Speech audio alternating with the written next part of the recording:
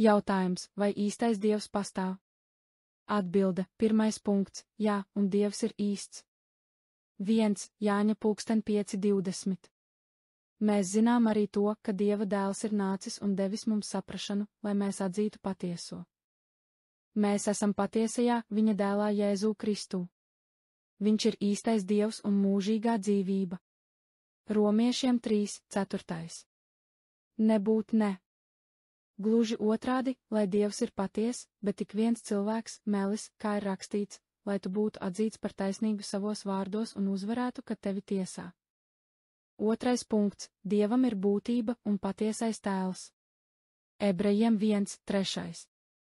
Viņš ir Dieva godības atspīdums un viņa būtības precīzs attēls, un viņš nes visu ar savu varenā vārda spēku.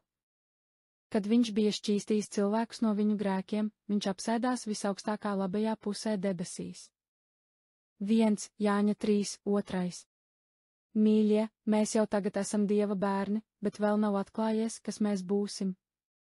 Taču mēs zinām, ka tad, kad viņš parādīsies, mēs būsim līdzīgi viņam, jo mēs redzēsim viņu tādu, kāds viņš ir. Trešais punkts, Dievam ir savs tēls. 1. Mūzes 1:27. Un Dievs radīja cilvēku pēc sava tēla, pēc Dieva tēla viņš to radīja, viņš radīja vīrieti un sievieti. Ceturtais punkts, Dievs ir dzīvs un paties. Jeremijas 10:10. Bet Kungs ir īstais Dievs, viņš ir dzīvais Dievs un mūžīgais ķēniņš.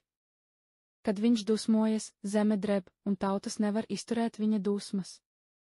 1. Tesaloniķiešiem 1:9.